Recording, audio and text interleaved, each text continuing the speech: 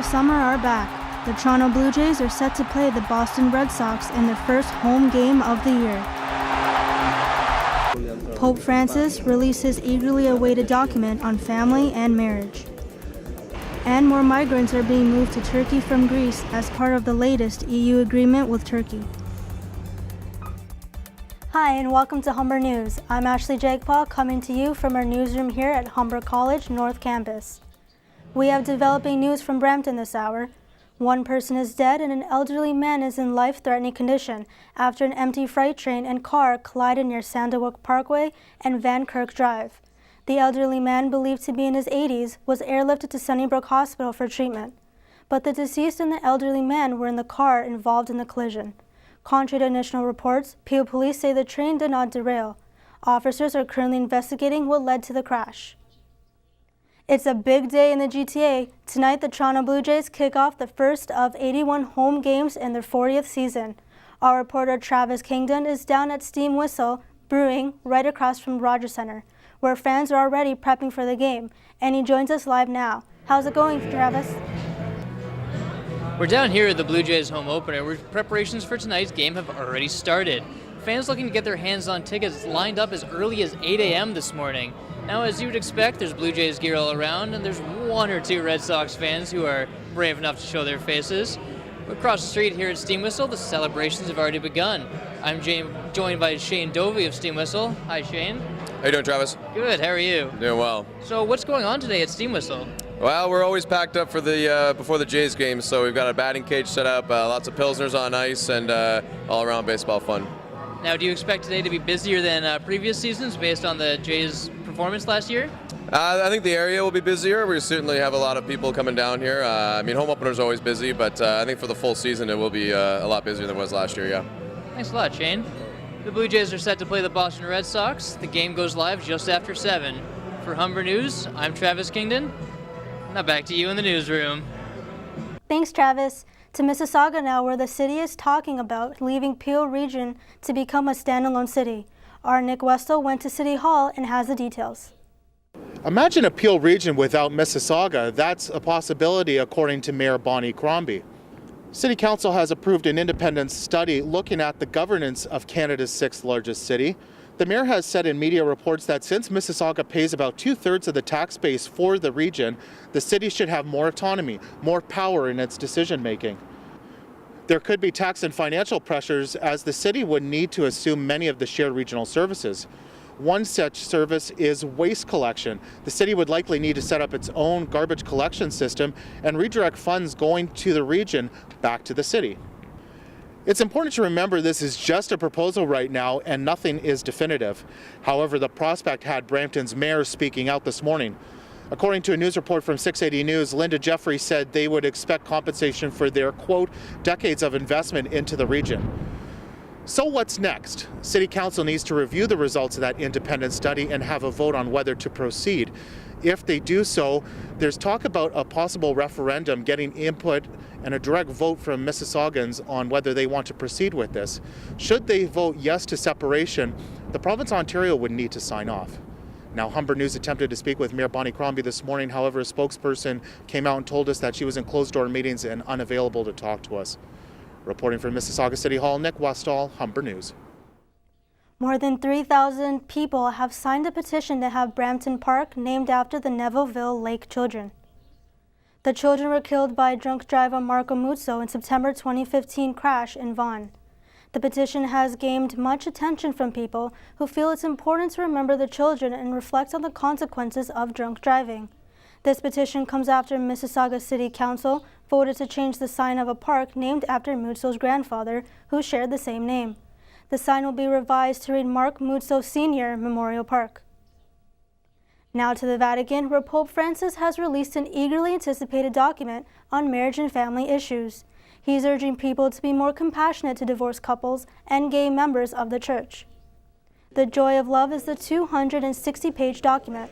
It comes after a global poll that asked Roman Catholics why they think fewer members are getting married and more are getting divorced. The document says annulment should be less expensive and easier to obtain. It also calls for more respect for gays, though Pope Francis writes that there are no grounds to liken gay marriage to heterosexual union. Currently, Roman Catholics can receive communion only by abstaining from sex with a new partner, because the first marriage is seen as still valid in the eyes of the Church.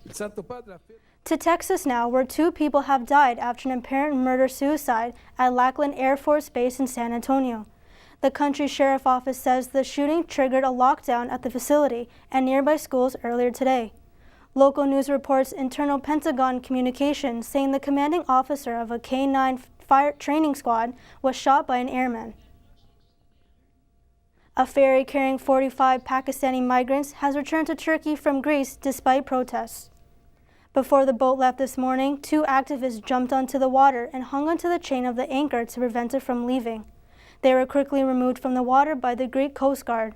The departure is part of a European Union plan to stop mass migration to Europe. Around 250 migrants have been sent back from the Greek islands since Monday. U.S. Secretary of State John Kerry is in Iraq today to show support for Iraqi Prime Minister Haider al-Abadi, while Syrian rebels continue their success. Kerry's visit comes during a time when political crisis, a collapsing economy, and a fight to retake the country from ISIS challenging the country. Kerry plans to encourage Iraqis to not lose sight in the fight against ISIS. Meanwhile, videos posted online show social media Syrian rebels celebrating yesterday after capturing a town from ISIS near the Turkish border. The videos show the rebels outside former ISIS headquarters. Security measures are increasing at all major transport hubs across Belgium and Europe as a result of the Brussels attack more than 2 weeks ago. Police and military are monitoring the area around the city's secondary airport. Every car is checked and passengers are checked again before entering the terminal. The airport is taking 90 flights a day to cover for Brussels Airport, which is currently running at a fifth of capacity following the attack. And in France, officials are deploying nearly 3,000 armed undercover police officers on trains to prevent future attacks. It's day 5 in the Panama Papers scandal, but the dust is anything but settled. British Prime Minister David Cameron is the latest to feel the fallout. After days of denying involvement in the Panama Papers, Cameron has admitted that he did benefit from his father's offshore trust. He says he and his wife sold £30,000 worth of stocks of his late father's trust, but he says he paid all the taxes. Police have begun calling for Cameron's resignation on Twitter, including the notorious whistleblower Edward Snowden.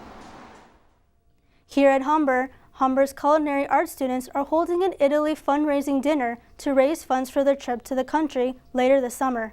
Humber News reporter Katie Jones got a taste of what's in store.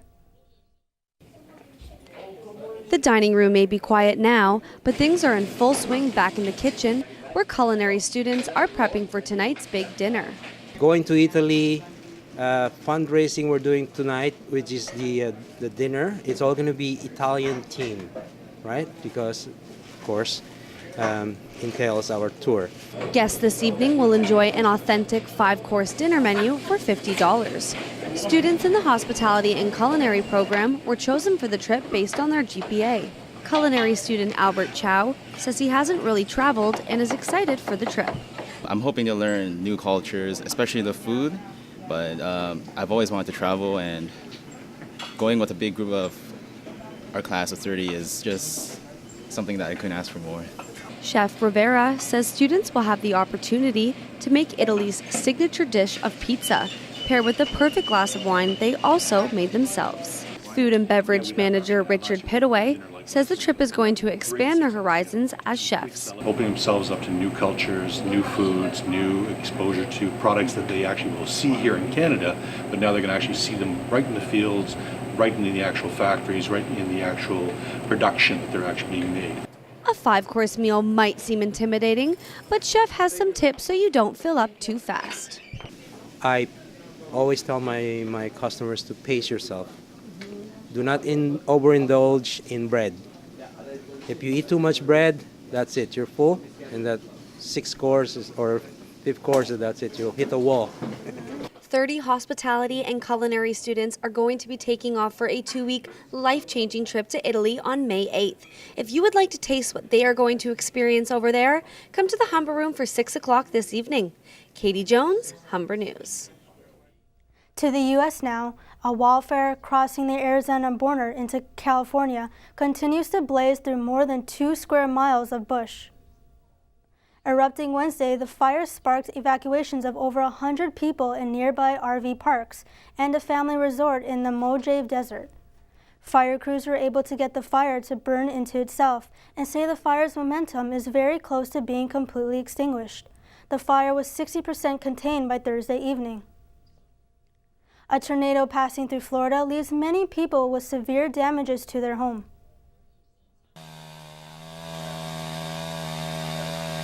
Residents in Georgia had a rude awakening yesterday as they saw the damage from fallen trees caused by the storm that passed through from Florida the night before. Here's the footage. The storm repeatedly damaged 55 houses, but no one was hurt. It still might feel like winter to us, but we're not the only ones feeling the pain. Michigan is nearly completed cover with large snowbanks and snowy roads. We're not alone, Canadians, and with a look at what the weather has in store, here's Natalia Vega. So we're supposed to be used to cold winters here in Canada, but what we're not used to are winter temperatures in April. And unfortunately, it looks like those temperatures are going to stick around this weekend. I'll have your full 3-day forecast at 2. Winter weather wasn't a factor in this next story. A dash cam captured some terrifying footage in Missouri, which started as a police chase, resulted in a rescue mission. The video shows Missouri police pursuing an SUV before it loses control and rolls over into the ditch. Let's see that again, but in slow-mo. You can see the SUV begin to swerve as it speeds towards the ditch to the left. The car then does several rolls before it comes to a stop at the top of the hill. Police gave the man chest compressions before he was taken to the hospital. He was wanted in connection with traffic violations. We're going to take a short break, but before we do, check this out. 2 men were arrested after they stole a convertible and embarked on a joyride police chase in Los Angeles. The car can be seen doing donuts and swerving from lane to lane en route from Burglary in residential LA all the way to downtown. A TMZ bus attempted to block the vehicle, but the car escaped. Police later arrested the 2 suspects.